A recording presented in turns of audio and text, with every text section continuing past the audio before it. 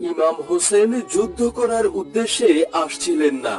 ওনার সাথে শুধু ৭২ জন লোক ছিল, সেই সাথে নারী ও শিশুরাও ছিল। ওনাকে কুফা যাওয়ার আগেই কারবালার ময়দানে এজিদের বাহিনীরা ঘেরাও করে ফেলে। ৭ মুহররমের দিন দরিয়ায় ফুরাতের পানিও তাদের জন্য বন্ধ করে দেয়া হয়েছিল। কারবালার ময়দানে তপ্ত রোদের মধ্যেই এই ৭২ জন মানুষই এজিদের বাহিনীর মোকাবেলা করেছিল। ইমাম হোসেনের একজন সঙ্গী শত শত দুশমনকে জাহান্নামের রাস্তা দেখিয়েছিল। তলোয়ার চালাতে চালাতে শহীদ হয়ে গিয়েছিল। হযরত আব্বাস পিপাসার্ত বাচ্চাদেরকে দেখে সহ্য করতে না পেরে দুশমনের মোকাবেলা করতে করতে দরিয়ায় ফুরাতে যায়। পানি নিয়ে ফিরে আসার সময় দুশমনরা তাকে পিঠ পিছে তীরাঘাত করে সেখানেই শহীদ করে ফেলে। এক এক করে ইমাম হোসেনের সব সঙ্গীরা ভাই ভাতিজা শহীদ হতে থাকে।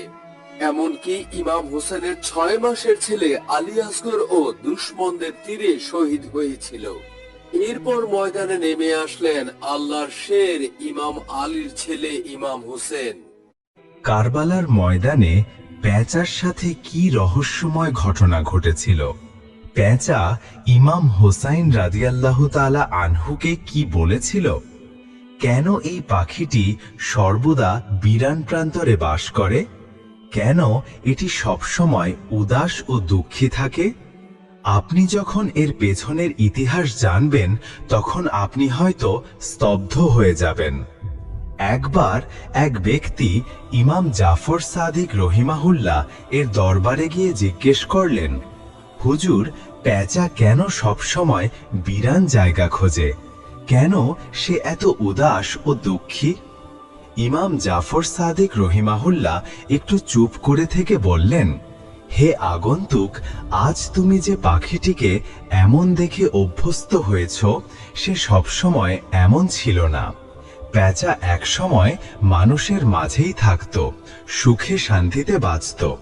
কিন্তু তার জীবনে এমন এক ঘটনা ঘটে যায় যেটা তার সমস্ত কিছু পাল্টে দেয়। লোকটি প্রশ্ন করল, হুজুর, কি সেই ঘটনা?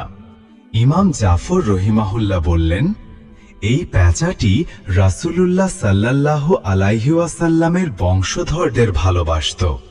এক সময় সে নির্জনে থাকত না, কিন্তু কারবালার হৃদয় বেদারক ঘটনার পর থেকেই সে নিঃসঙ্গ হয়ে পড়ে।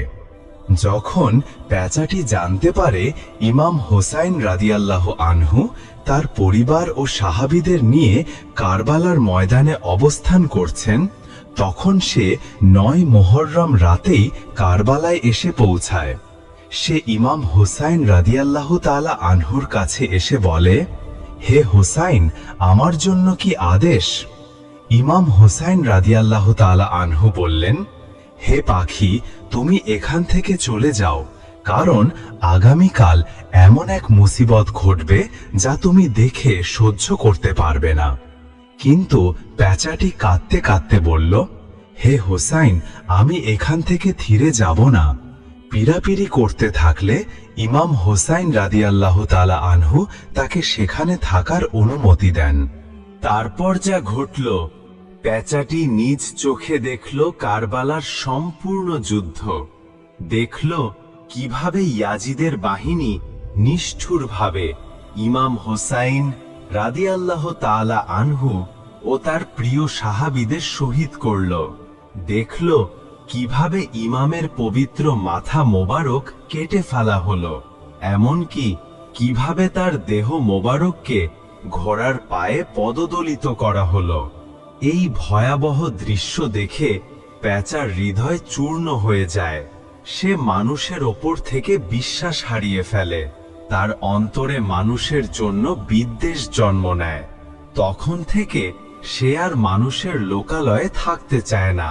সে বেছে নেয় নিঃসঙ্গতা, এমন সব প্রান্তর যেখানে মানুষের ছায়াও তার ওপর না পড়ে।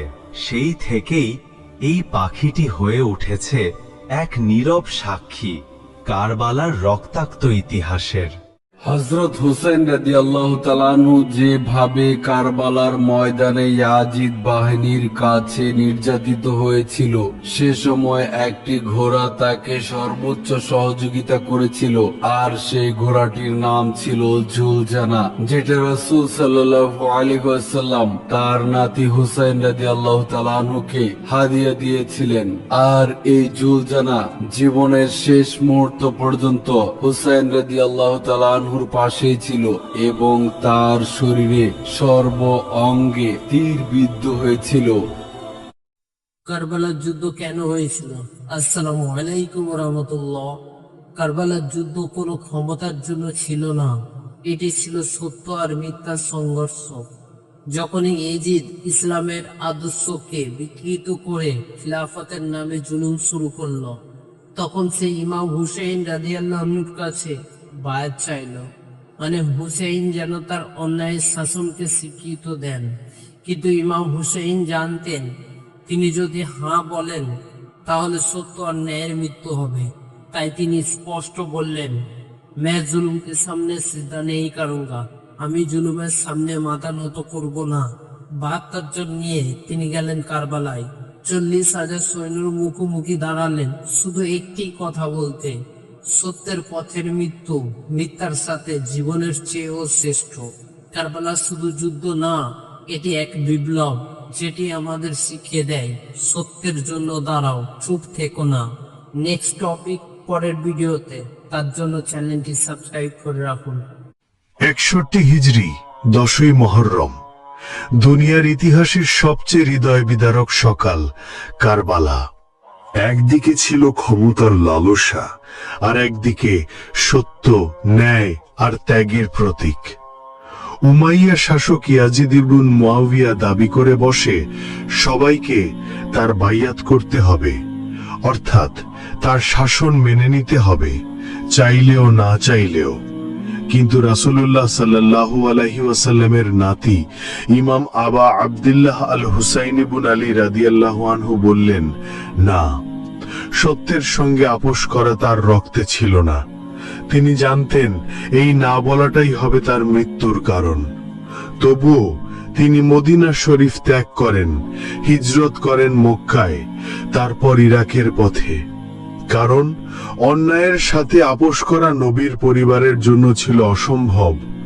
কুফাবাসীরা তাকে আমন্ত্রণ জানায়, আমরা তোমার সঙ্গে আছি। কিন্তু কারবালায় পৌঁছানোর পর তাকে ঘিরে ধরে ৩০,০০০ ইয়াজিদি সেনা, আর তার সঙ্গী মাত্র ৭২ জন। তবুও তিনি ফিরে যাননি। শুধু সামরিক অবরোধই নয়, পানির পথও বন্ধ